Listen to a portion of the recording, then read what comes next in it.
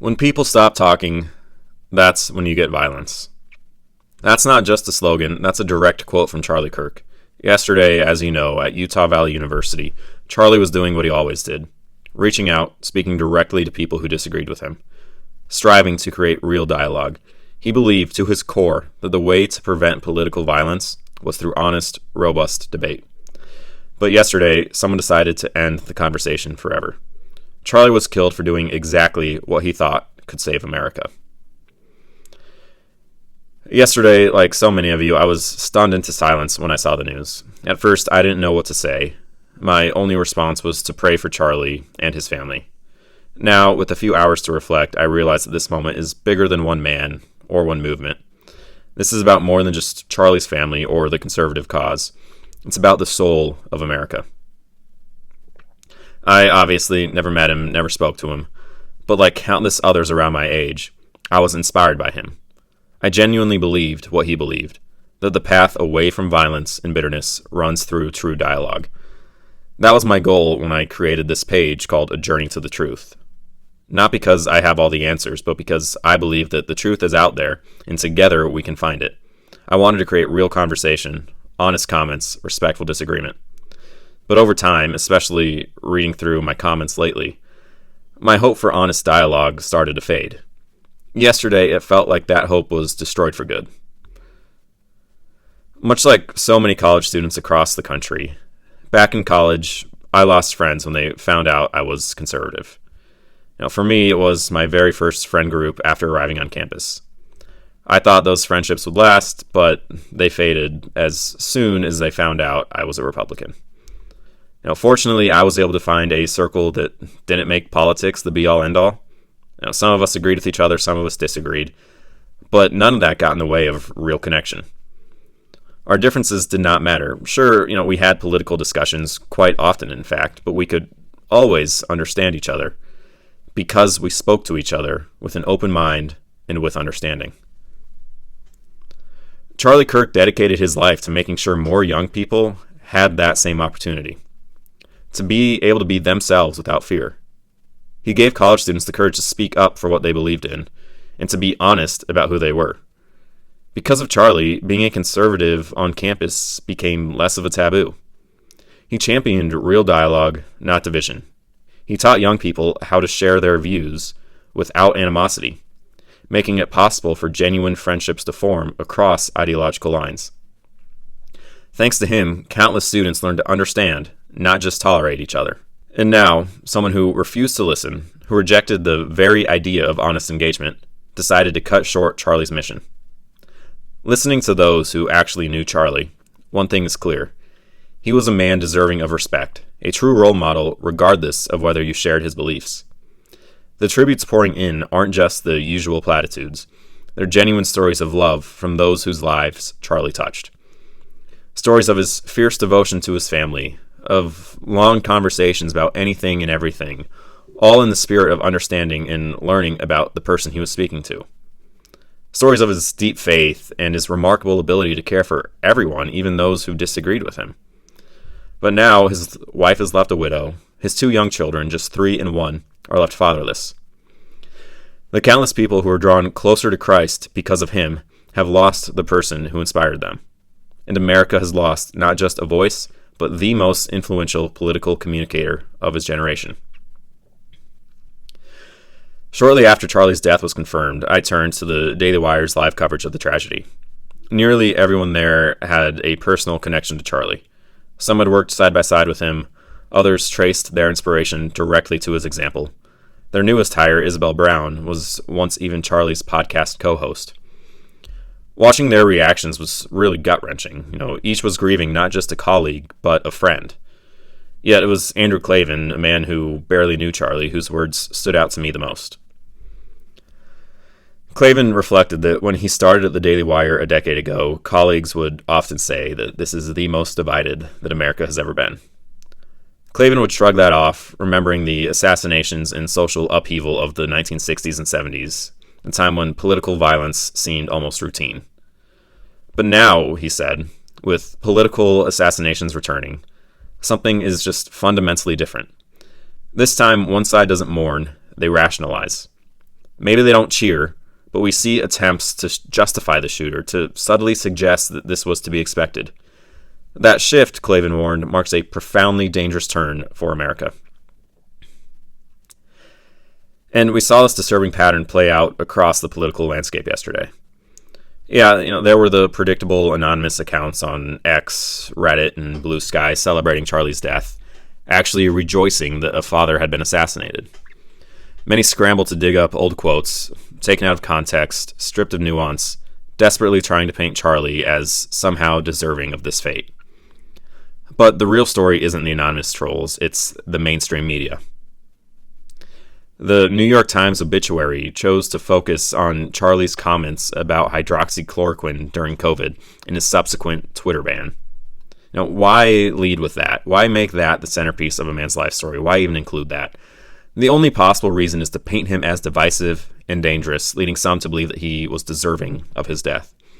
Katie Tur on MSNBC decided the real story wasn't Charlie's murder, but how Trump might use this tragedy to implement security measures that she opposes.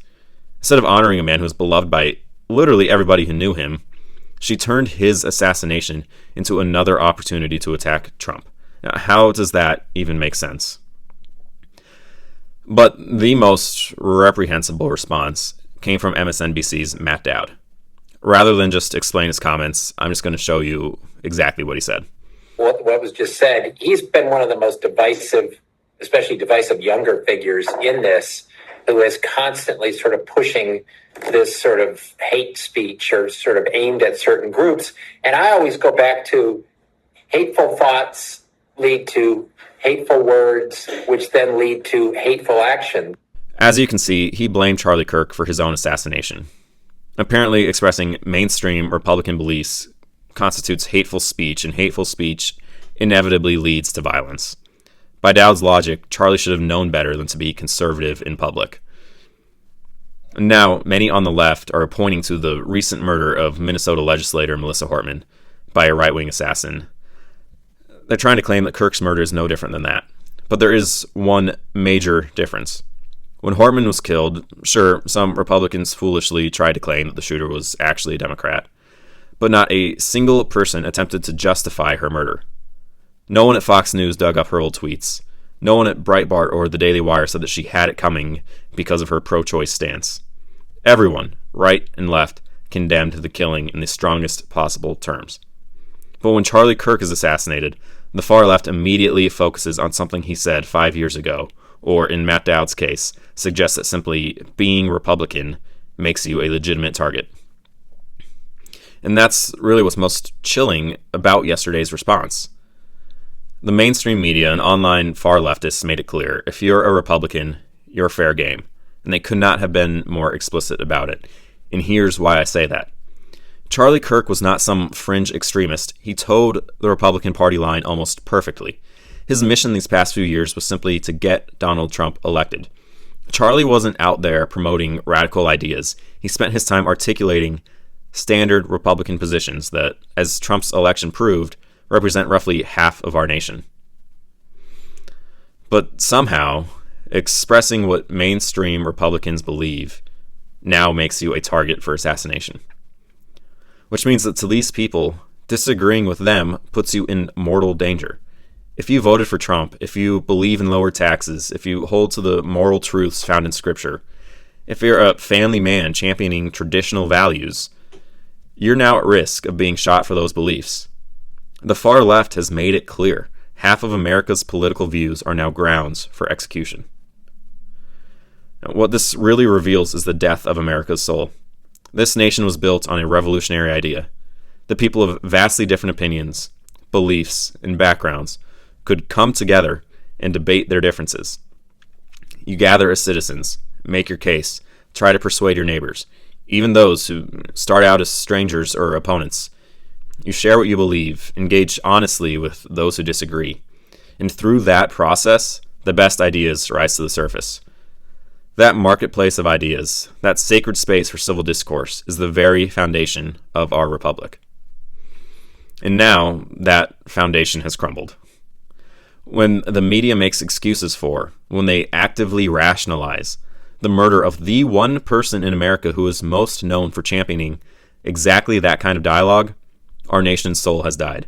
Charlie Kirk embodied what America was supposed to be. Someone willing to sit across from his fiercest critics and simply talk. If we'll kill the peacemakers, if we'll assassinate those who still believe in conversation over violence, then we've lost everything that made America worth defending. And so where do we go from here? When America's soul dies, when the mainstream left rationalizes the assassination of a mainstream Republican, what comes next?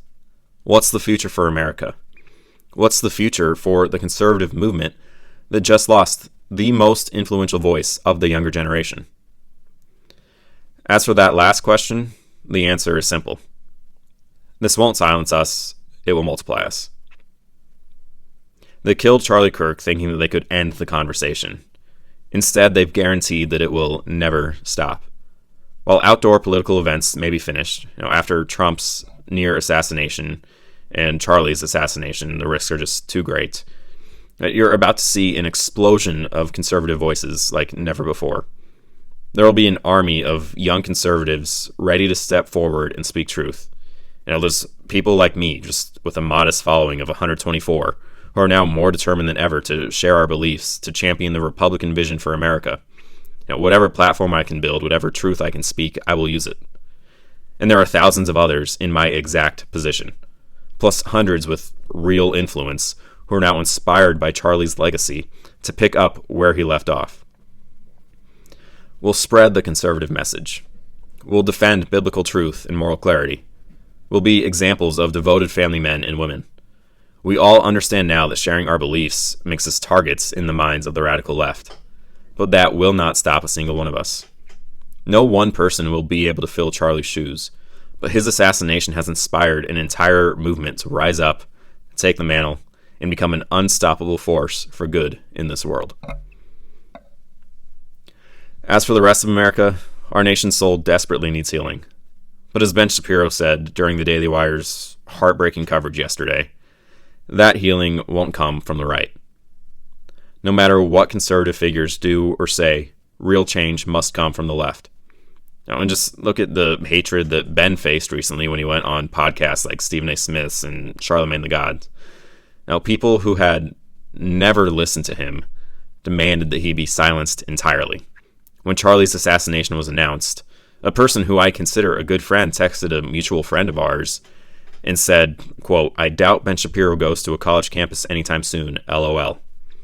That casual cruelty, that complete misunderstanding of who these men actually are, that poison needs to be rooted out by the left. The change must come from the left. And what would that look like? I'm not entirely sure. But it could start with publicly condemning figures like Matt Dowd. Yes, he got fired for his comments, but that's nowhere near enough to begin healing America's soul. Beloved figures on the left, people like Barack Obama, Michelle, even Gavin Newsom, AOC, Bernie Sanders, Wes Moore, they need to specifically call out this hatred. No more bland statements about how political violence is bad. No more comments like Obama's claiming, we don't know the shooter's motivation. These influential voices need to specifically condemn Matt Dowd's victim blaming. They need to call out the New York Times' disgraceful obituary. They need to condemn Katie Tur for turning Charlie's murder into another attack on Trump. These beloved figures must send a crystal clear message. Conservative voices deserve recognition, deserve respect, they deserve to live. They must make it absolutely clear that they will not tolerate the rationalization of political assassination. That may not be enough to resurrect our nation's soul, but it would at least be a start. And let me make this clear. The attack on America's soul isn't just about conservatives being silenced. It's about killing dialogue itself. When you rationalize murdering someone over basic beliefs, you make political engagement literally life-threatening. You destroy democracy for everyone. Think about what we could lose because of recent public attacks. Obviously, no more campus debates where ideas are tested. No more town halls where citizens can challenge their representatives. No more public forums where communities work through disagreements.